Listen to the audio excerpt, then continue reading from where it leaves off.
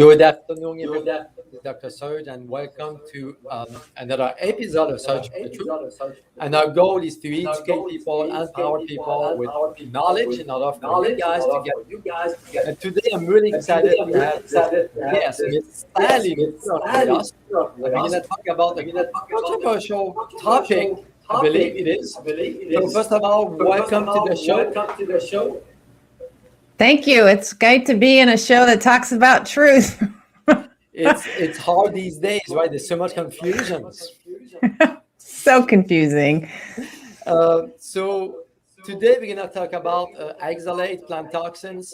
First of all, can you tell us a bit about you, who you are, and how you came about knowing and educating people on this topic? Yeah, so I'm a public health professional. I got my degree in nutrition from Cornell University, and I've had a career doing things like medical professions education, public health research design, holistic health and integrative medicine. I've worked in communities, and I have been a health geek my whole life and trying to eat well and gardening and all this stuff. And I had no idea, despite all my supposed knowledge, that spinach and almonds and sweet potatoes and Swiss chard can make you miserable and ruin your health, which is what happened to me. Eating too many vegetables wrecked my health and my career. And it turns out that plants make a variety of chemicals, but the one that seems to really be a really sleeper discussion and no one's talking about, and that is actually having direct effects that are really common, is this stuff called oxalate that over time you can literally poison yourself because we're eating it at a level now that's beyond the body's capacity for dealing with it. And you end up with sleep problems and mood issues and osteoporosis and arthritis and achiness and irritability. Like all kinds of stuff starts going wrong. It may even affect your fertility. And these problems that this is causing is down here at the cells are blowing up into problems that are really common now that a lot of people are struggling with, and their doctor's like, well, you're fine. It doesn't show up on tests. And so that's why it's not talked about. And it took a lot of research and working with people for me to get really clear how important this topic is. I've got a book coming out called Toxic Superfoods. I saw that actually. I saw the preview on Amazon, so I'm excited to get it when it comes out. And my story is a bit about the same, right? I was educated on nutrition, and you should eat your vegetables, your fruits, your nuts. But based on the blood type diet, right? I was supposed to eat all the veggies, all the fresh food. And I got Are you an A? Are you an A type? Yes. Yeah, we're told we're supposed to be vegetarians. Yes, I tried that. Broke me. Thought that I got worse like fast. Actually, within a few months, my health declined. It was crazy. Wow. When was that? So that was years and years ago when I got into nutrition. And then I find out that my body really likes me for some reason, which I'm not supposed to eat, right? and then I was Except your body doesn't agree with whoever made that one up. I don't agree with that either. A lot of people don't like that diet. And some time ago, years ago, I was dealing with a skin rash that would never go away. No matter what I do, the skin would never get better. And when I went carnivore, which I cut out all the vegetables, all the fruits, the rash went away within a few weeks. So I was intrigued by why is that? And I came across plant toxins, anti-nutrients, phytic acid, oxalates, right? So let's talk basic. So oxalate is a anti-nutrient, right? Right, which means it interferes with you accessing nutrients or actually depletes the body of nutrients, which it does, yes. So those molecules can actually cause deficiencies in the body, but we are told we need to eat your vegetables and your plant food in order to get your nutrition. Yeah, and I think the modern idea about adding a lot of vegetables is really mostly just a reaction to this crisis we're having with diabetes and obesity, which was a product of this last 50 years of telling us that fat and animal foods are terrible for us. So when you took out the fat and took out the protein, what was left to eat but flour, basically. And people have been living on flour-based pasta and bread and sweets and treats and breakfast cereals because they're labeled low cholesterol, low fat. And what we have now is an international worldwide crisis in diabetes and obesity. It's a disaster. It's been a public health disaster. But instead of admit that we've made a mistake on that advice, we're saying it's your fault for not eating enough vegetables. So if you eat more spinach salads, which have no nutrients in them, we're going to fix your diabetes and obesity problem and you'll stop being fat. You know, it's like the dental industry never admitted that mercury in your teeth wasn't a good idea either. It's not going to be quick that anyone admits that they're wrong about saturated fat and cholesterol. They're actually good nutrients that our body is built to handle. And the stuff that plants make, we're not built to handle. The plants don't want to be eaten. They're designed to ward off and limit predation by insects and all kinds of critters, including funguses and probably us too. I mean, if you look at the last, I believe it's 4 million years, right? Our ancestors, and we have evolved to eat animal-based diets. So we haven't really. Well, we were probably invented by the animal-based diet. Like the, you know, it's not a discussion about evolution, but the human brain is a unique brain, and our whole biological cycle is pretty unique in that we give birth to very immature children that need a lot of care. There's a lot of brain growth left happening later. The brain is so important, and running upright's important. So the pelvis can only be so wide for running, so you have to get that big brain out of the pelvis early enough. And there's a long period of brain development afterwards. And there's a tremendous amount of protein and fat needed to build a proper brain and human body and this 100-year longevity that we have. And that's having really high protein, calorie-rich, fat-soluble nutrients with bioavailable minerals help to build sturdy bodies and these big brains and got us to being the humans we are. And we were able to live on hunted animals like the woolly mammoth without fancy shoes, without housing to speak of, without heating and air conditioning. We were really out there living wild and quite robust and tough. And if you really were malnourished, you wouldn't make it out of fetal and childhood development because you didn't have all these crutches, and we didn't have vitamin pills and medicines and all the stuff that we use to prop us up now. So the diet we ate then was the diet that allowed us to become that level of robust, to have long lives and perfect teeth and good development and good disease resistance against infectious disease and really the absence of modern diseases like arthritis and things like that. That reminds me of the work of Weston Price, right? He did look at those populations who were the healthiest, and everything was animal-based at some degree. It surprised him. Yeah, it surprised him. I think he claims that he went into the research expecting that a vegetable-based diet would be good for people, and he didn't find that at all. He found all the cultures who were living in their traditional way that he studied. He studied many across the world. And he looked at their dentition and examined their cavities and their face structures and their general mental and social health and well-being and their robustness. And he found that the ones who were healthy and had perfect teeth and not crooked, not crowded, they were eating a lot of animal fats and prioritizing animal fats and animal foods and making sure that pre-pregnant teenagers and young adults were getting organ meats and things. And that was a real pattern that was consistent around the globe. And that really was striking. It was really amazing, actually. So because it was real research with actual people. Like, it's so concrete.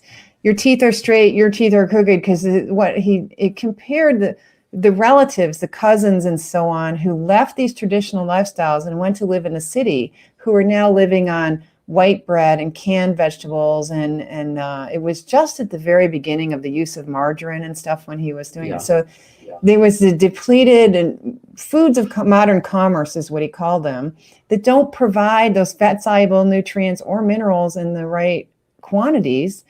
And those people had problems with mental health and teeth and stature and structures, and were not nearly as healthy as people who were living on crazy animal foods, high fat. I mean, it did show that those people, population, will eat, was it 6 to 10 times more fat soluble vitamins, so more fat. And that's something we are missing because we are so afraid of fat today. It's so backward, right? It's yeah. I mean, the fat soluble vitamins A, E, K, and D are in animal fats, and Yeah. you need them. And there's other nutrients that weren't really well thought of back then, like choline, for example. Yeah. Really essential to brain development in fetal years and even in the first few months of childhood. If you want a good, fully developed brain and full intelligence, you need enough choline in the diet. It also protects the liver health. There's a whole number of roles. But Steve Zeisel, who is chair of the nutrition department at UNC, where I worked and got my graduate degree, did several papers on choline and intelligence and how important. And choline comes from egg yolks. So people got told they couldn't eat eggs back in the 80s, and people have been throwing egg yolks down the drain. Where the egg yolk is like precious human intelligence and liver health, etc., tossed down the drain for 30, 40 years now. What a tragedy. Oh, Good nutrition that we should be eating. Actually, I was reading a book about a guy, a farmer, that he claimed that for the last 30 plus years he's been living from his farm, from eggs, just eating eggs. And eggs have so much nutrition in it, and there's no anti-nutrients either. right. Raw egg whites might destroy a little biotin, so you want to cook your egg whites. But Yeah. other than that, eggs are so digestible. You could give them to a dying 100-year-old. Even, a raw egg yolk might even revive them. It's got such complete and bioavailable, easy to assimilate nutrition. It's one of these kind of little mini cheapo superfoods almost. It is, exactly. I totally agree with you. So let's get back on the topic of the oxalate. So I want to Yeah, show my people, favorite. yeah, which is your field. So first of all, I want to show the audience what oxalates look like, right? They look like small crystals or pieces of glass, right? So I'm gonna put a picture on the screen. So this is what I found online. They look like glass, right? Often, when researchers find deposits in the human body, they describe them like beautiful bits of glass. And even my clients sometimes talk about how bits of glass start showing up on their skin, because what's happening here, what you're describing is the building up of what we call the microcrystals, which occur in urine. They become kidney stones if they start clumping together. They occur very frequently in the thyroid gland. A small study found that 85% of the thyroid glands, a couple of them did, if we're over age 50, you have an 85% chance potentially if you scale that up to an estimate of prevalence. And that number used to be 58 back in the 60s, but then in the 80s, it became higher. Not that it's a big enough sample to say for sure, but it's probably indicating that we have higher levels of oxalate in our bodies than we did 60 years ago.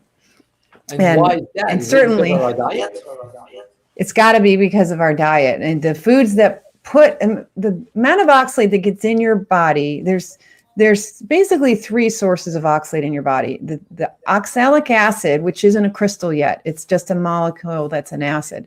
That's the principal form that then chelates or grabs minerals and starts to become a little salt, they call it. When you've got the acid connected to a mineral, that's a salt.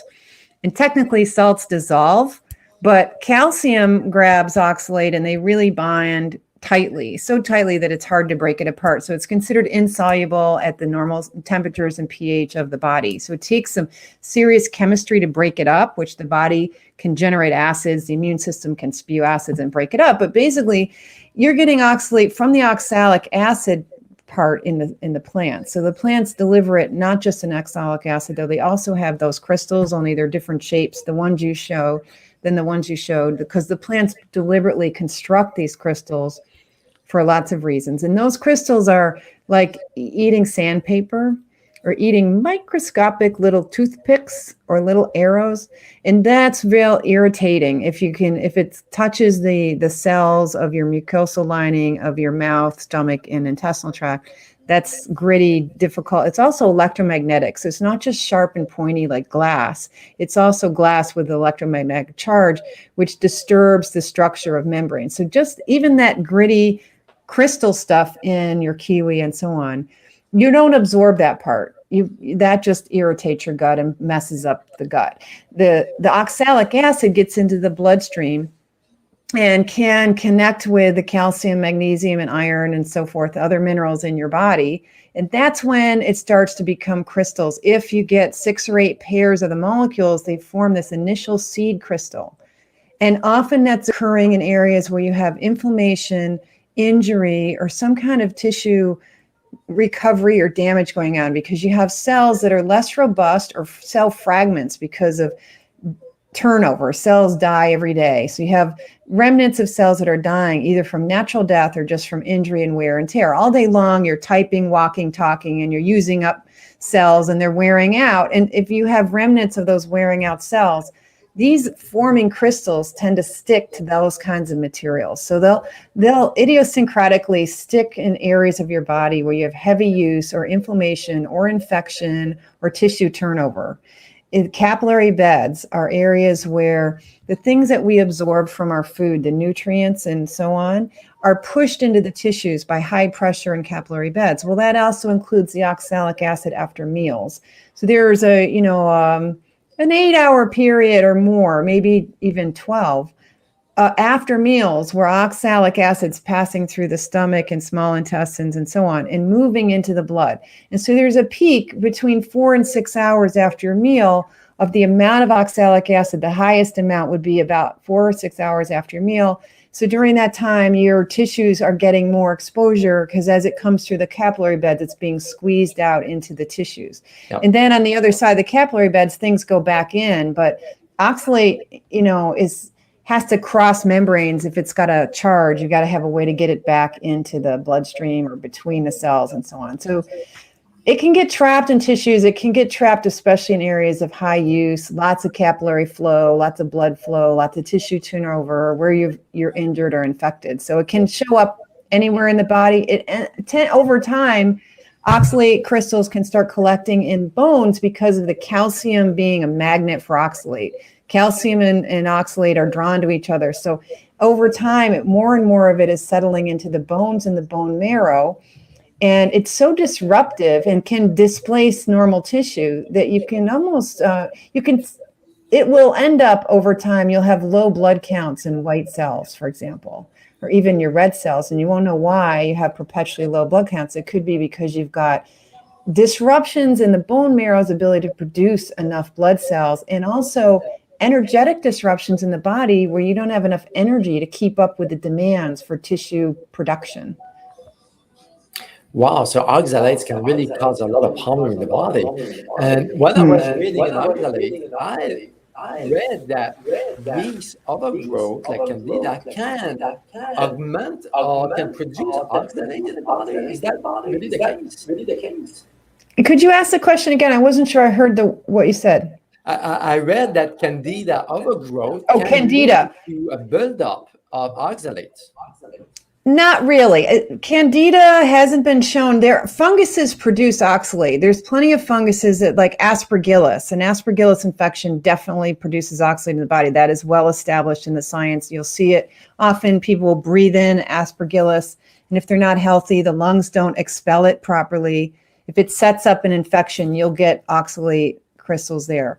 But it's more that the crystals that are forming in the body are being handled by the immune system. The immune system has a couple of ways to try to wrap up these crystals so they don't interact with tissues and keep harming the tissues, and they hopefully quiet down the irritation that keeps bringing in inflammation. Because as oxalate damages tissues start leaking, the cells leak stuff, and that turns on the inflammation. That tells the immune system there's damage, and it comes in to try to fix it. So in order to quiet all that down, the immune system does a couple of things. One thing it does is the white cells will actually shoot out strands of DNA called nets, and it traps these crystals in these nets, and that's a way of encasing it in dead DNA tissue. So that's an insulation, just like you have to have coating over the wires that connect everything. Otherwise, if you touch the wire, you get electric shocks. Well, that's kind of what the crystal does. It gives a little electric shocks to cells. So, but if you coat it with the dead DNA, then you insulate it. So another way the body does that, it forms something called granulomas. So the granulomas are living cells that come in and they pack themselves around. They try to eat the crystal, and then that doesn't work. So they gang together and they form a bigger cell called a giant cell that tries to eat the crystal, and that doesn't work. And so more and more the cytokines get sent out and says, come help, and it starts bringing in more and more immune cells, and you build a little sort of tumor around the crystal.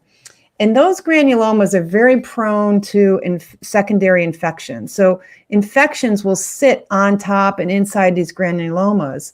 And that's one of the ways I think that oxalates, one of several, that promotes chronic infections that don't clean up and don't respond to treatment very well. Yeah. And so this granuloma thing can get out of control, but it's an example of how crystals and oxalates damage to cells turns up the immune system and keeps the immune system very busy trying to keep these guys quiet so that you can have no symptoms. So a lot of this is going on under the radar. You don't have any symptoms for years. You're fine. You're winning blue ribbons in every part of your life and everything's grand until it's not. When you finally wear out all these resources that are keeping you happy, unknowingly, the body's been sacrificing calcium from your bones because you keep losing calcium. It keeps sacrificing resources and energy and putting more and more effort into just dealing with this sort of toxic poisoning that's building up quietly.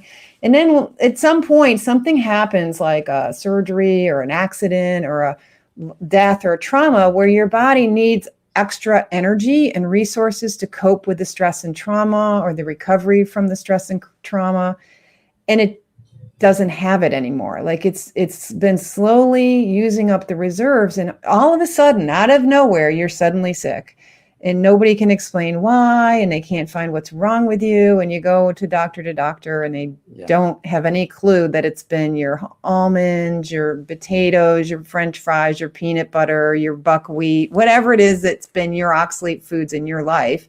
So there's a unique pattern of which foods were your favorite go-to. Some people, it's just Halloween candy, enough chocolate and peanuts and nuts and Halloween candy. But, and then there's a unique pattern of how it's affecting you because of your lifestyle, your genetics, your degree of nutrition, and so on, and how well your gut avoids collecting it versus a leaky gut. You get much higher rates of absorption. It's supposed to only be 10 to 15%. But if you have leaky gut, you could be absorbing 4, 5, 6 times that amount. And that's that turns it toxic right there. So if you have celiac disease, inflammatory bowel disease, even, IBS, which is often, I think IBS is often a product of too many legumes and lectins, which are another plant toxin. And if you're eating both high lectin, high oxalate diet, and if you're doing something dumb like I did, I used to slow cook my beans when I was a vegan. Yeah. Disaster. That created my IBS in 1990. I did that, for like a year and a half. I was slow cooking beans overnight and then eating them for breakfast as a healthy vegan diet. I'd go off to work and I would teach people how to eat while I was ruining my health, eating the way I taught people to eat. It's embarrassing. That's crazy. You've come a long way for sure. And I think from my experience, I would like your opinion on this as well. That may be why people who go carnivore, for example, I've had people like my patient, they had adenomas or Crohn's disease or cancer, and they could reverse those conditions by going carnivore. And this is something they said not to do. Yeah, carnivore is basically just eating meat and giving up all the grains and vegetables for the most part. Eat a little salt and pepper and water and meat. And of course, carnivore, honestly, is any diet that's more than 70 or about 70% meat or more. So there's all these different layers of carnivore. When people say carnivore, often they mean the strict carnivore that's like salt, beef, and water. But anybody, and this is an important point too. I added meat after I quit being a vegan, but I added sweet potatoes to get rid of my gluten and get rid of my beans. I was eating sweet potatoes and Swiss chard more. And so it didn't fix anything just to add some meat. So it's not the meat is the magic, other than that meat is easy to digest and is loaded with nutrients. And it builds muscle because it's such a good source of protein. It's that you also have to take out the right plant toxins. And with carnivore, if you really cut the plants honestly, you will prevent so much stress that the plant toxins are causing and the fiber is causing. I mean, those of us with a long history of IBS and other digestive problems end up on the carnivore diet because it's the only way to make the colon behave the way it's supposed to behave. Amen to that, exactly. We're supposed to eat meat, your body's meant to do that. But when people don't realize that, they think it's so bad for them. They're so afraid of fat and meat, and they think, oh, it destroys the planet, which is all wrong. It's all wrong. Yes, we know that's not the case. That's another topic for another day, maybe. That's a big topic. Yeah, I love that topic too. I had a agricultural grant in 2004 to help cancer patients and other people who needed good nutrition find local meats and from local farmers. So I've been doing that, trying to resource quality grass-fed, transparent, small farm production meats, especially for patients who are trying to get well for a very long time. That's a good point. I think it's really important to go and find the local farmers to make sure the meat that you get is hormone-free, antibiotic-free, all the chemical-free, it's the good quality meat. And that's an argument that people tell me when they go carnivore, they sometimes they feel a bit sick because they use good, low-quality meat twice. So that's really important to emphasize that. Yeah, and one of my biggest concerns about grocery store meat is that it's sitting on styrofoam, and I really don't like styrene. I don't like the little plastic diapers, and I don't like the styrofoam tray. So if you can buy it shrink wrapped in little packages, like the Walmart organic ground beef is that way, that's better than if it's been sitting on styrofoam. And you can ask butchers to cut you a fresh piece and wrap it in butcher paper and not do the styrofoam thing. So if you haven't made the effort to meet a farmer and find good sources to ship you frozen meat, then you can do some small things to get better quality. That's a good point. And people sometimes look at me crazy when they bring up the topic of oxalates and anti-nutrients, because oxalate, like you mentioned, it's a lot of food. And I want to show people some of those foods, like the nuts, the peanuts, the chocolate, right? So what can we do? Is there anything we can do to neutralize the oxalates in food, or we really have to cut it out? The thing is, it's not a zero oxalate diet. This is not like celiac disease and gluten, where you have to have an orthodoxy where no oxalate touches your house or your refrigerator or your plate. It's not like that. It's like bringing down your intake to a level that your body can handle. And what level you can handle may be very personal now that you've ruined your health on too much of these foods. So you may be a point where you need to get pretty low as fast as you can. But if you try to go too quickly to a very low or zero oxalate diet, you put your body in a fair amount of trauma and you stimulate this response where the body just starts upchucking oxalate out of the tissues in some cases, and it can re-poison you because you're releasing these old granulomas and nets and crystals and who knows what all through the body.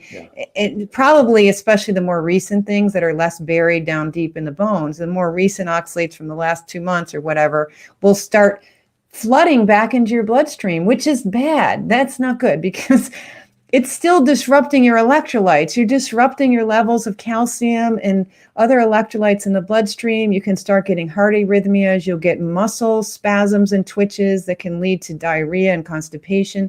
You get neurological effects. It's very neurotoxic because nerves operate on little ions moving really quickly and correctly.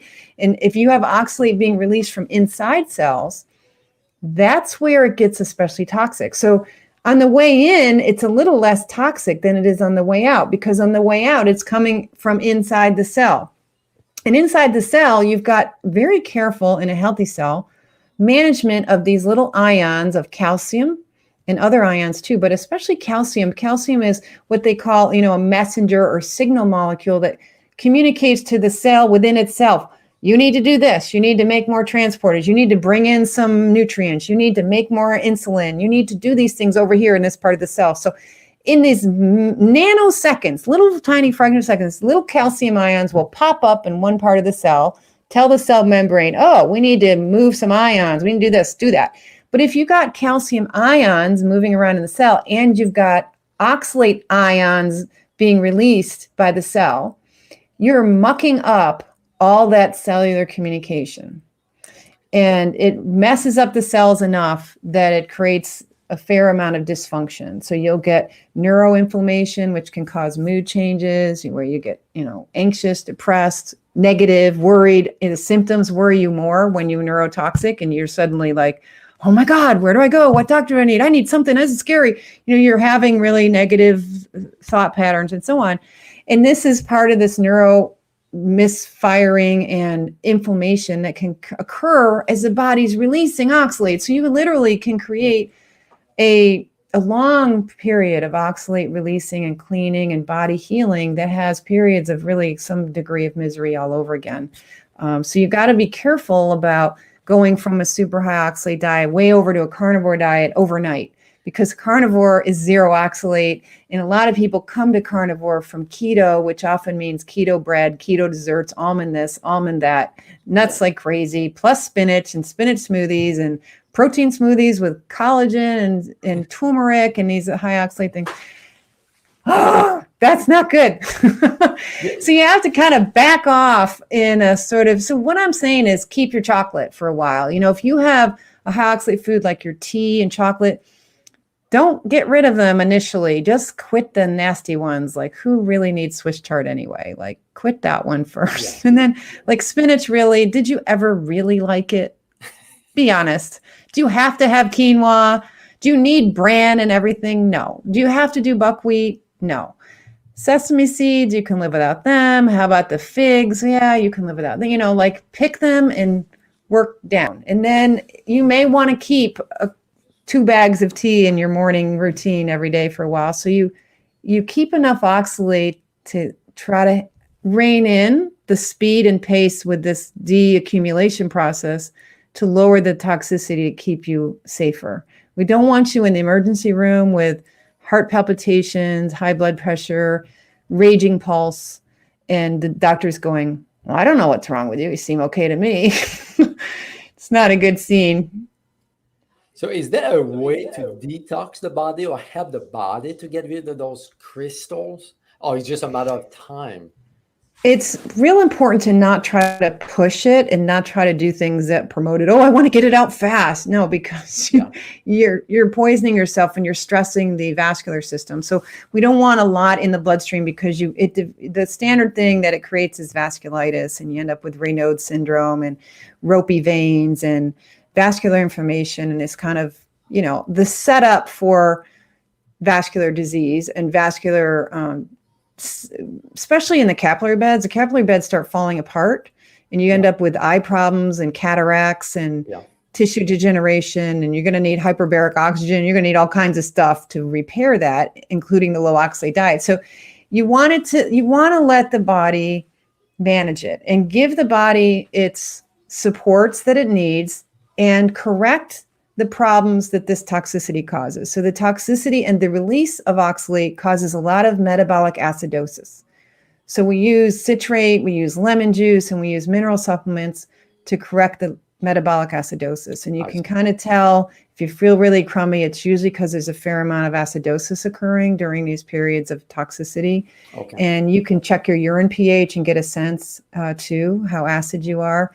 And you can juice lemons to correct that, or take calcium citrate, magnesium citrate, potassium citrate, all the minerals that get lost.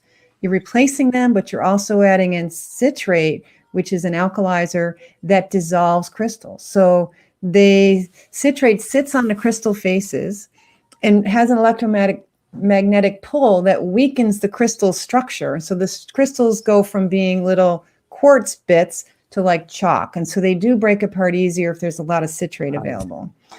The citrate also is really important to the sturdiness of your teeth and bones for two reasons that I know of for sure. One is because you're correcting the acidity, and acidity causes your body to give up more calcium and so on to alkalize the blood, because it's very careful to try to keep the blood pH just perfect.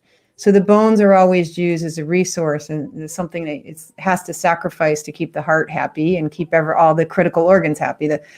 The bones don't care about life if you have no kidneys or have no heart. Like there's no point in having bones if you don't have a heart and kidney. So the bones get low priority and get used a lot as an overused resource to correct that acidity. So by using the citrate, you lower acidity and give the bones one less reason to have to keep sacrificing for the cause.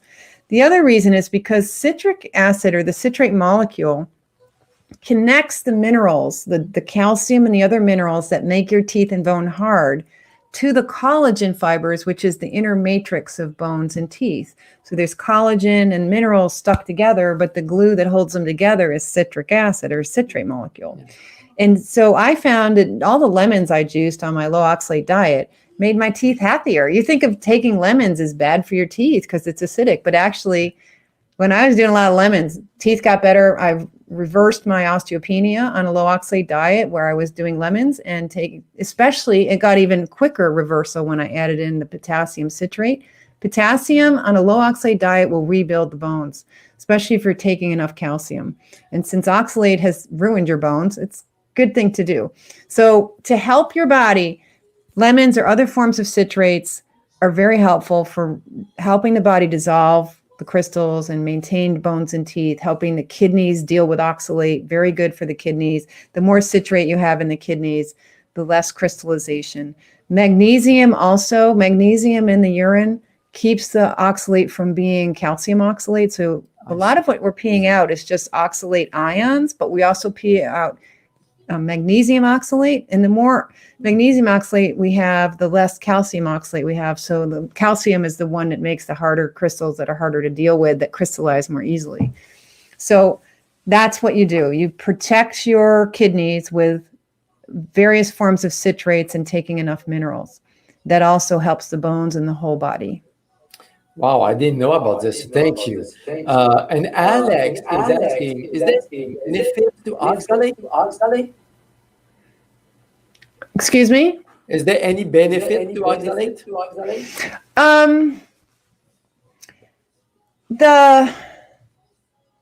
The saliva concentrates oxalate at a rate is like 10 times higher than the blood. So when it's high in the blood, it's high in the saliva. And the saliva oxalate tends to form a tartar on the teeth that's a coating that's actually slightly protective to the teeth. I think it borrows calcium from the teeth, but it forms a seal on the teeth, but not a pretty seal that you really want. Nobody likes tartar on their teeth. Yeah. But they think that that's a protective thing, and it may be sort of a practical way to get rid of oxalate through the saliva. The same transporter that moves the bicarb into the saliva that allows saliva to be alkaline, which is protecting your teeth from acids, right? You have an alkaline saliva. So there's transporters in the saliva glands that move bicarb that also move oxalate into the saliva. So that's actually an indicator. If you get tartar behind these lower teeth, that could be a sign that your blood oxalate levels are high. I see. That's good to know. That's good to know. Hey, listen, it's been 40 minutes already. And like you said, we've watched the topic. You're going to have to come back when the book is out. So when is your book coming out? I think it's going to be early May. And so that seems to be the date that the publisher's promising. I haven't got any updates from that. I know they're still trying to put the final touches on the cover design and get back some edits to me. So we're still pulling the book together, but it's available for pre-order, which is important because the overall success of a book really depends on people ordering it even before it's out. So if you want to pre-order it, that's a chance of this book actually staying on the shelves and having the legs and having the reach that it needs to have, because people don't have other options for learning about this, and we really need a book like this to do well. So I really appreciate any and everybody who wants to order a couple copies ahead of time. Don't forget, your doctor needs one, your best friend needs one, your mother-in-law needs one. Too bad it won't be ready for Christmas. Too bad, but I'm so excited. I'm looking forward to it because this is a so important topic, and I see the results every day with people who cut off those foods. They just feel better. It's pretty convincing. I mean, especially with the ones that start spewing out oxalate crystals out of their body, it's like, whoa, that's rock solid evidence. And it's people who are taking out different oxalate foods. It's not like it's something else in the food. It becomes very clear that it's oxalate itself because it has all these oxalate characteristics like the cloudy urine and the gritty eyes and the tartar on the teeth and this. And it's so surprising that it could be diverse in its effects and diverse in the response to the diet. And yet it all fits the same pattern and all sounds like the same thing over and again. It's really interesting. It is. And listen, I need you to come back when your book is out, like I said, because we can talk a lot more about this topic. And sorry for the delay. We got delayed about 20 minutes because of some technology issue. But it was all good. It was a good interview. So thank you for your time. I know you need to go, so I will let you go. And we'll stay in touch. Well, thank you so much for your interest in the topic. It's really fun to chat and get to know you. Hopefully we'll keep doing this. Thank you. Thank you.